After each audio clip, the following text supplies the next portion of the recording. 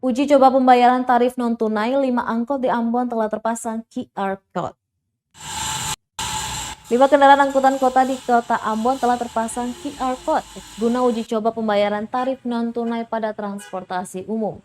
Kepala Dinas Perhubungan Kota Ambon, Robi Sapulete, mengatakan 5 angkot itu berada di trayek Ahuru dan Poka. Pemasangan barcode itu juga telah berdasar pada nota kesepahaman antara pemerintah Kota Ambon dengan Bank Mandiri pada Jumat 29 Oktober kemarin. Sapulete menjelaskan langkah pembayaran berbasis Android ini cukup mudah. Penumpang hanya memindai barcode yang telah terpasang dan proses pembayaran pun sesuai dengan tarif trayek. Setelah itu tinggal menunjukkan bukti kepada sopir. Sapulete mengingatkan pembayaran secara digital ini tak diwajibkan bagi masyarakat maupun sopir. Namun pemerintah mulai membiasakan masyarakat untuk membayar secara digital.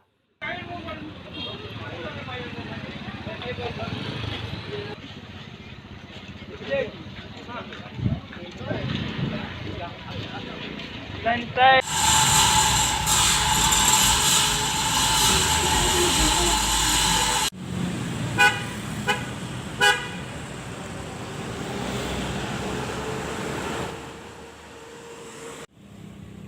kasih sudah nonton. Jangan lupa like, subscribe, dan share ya.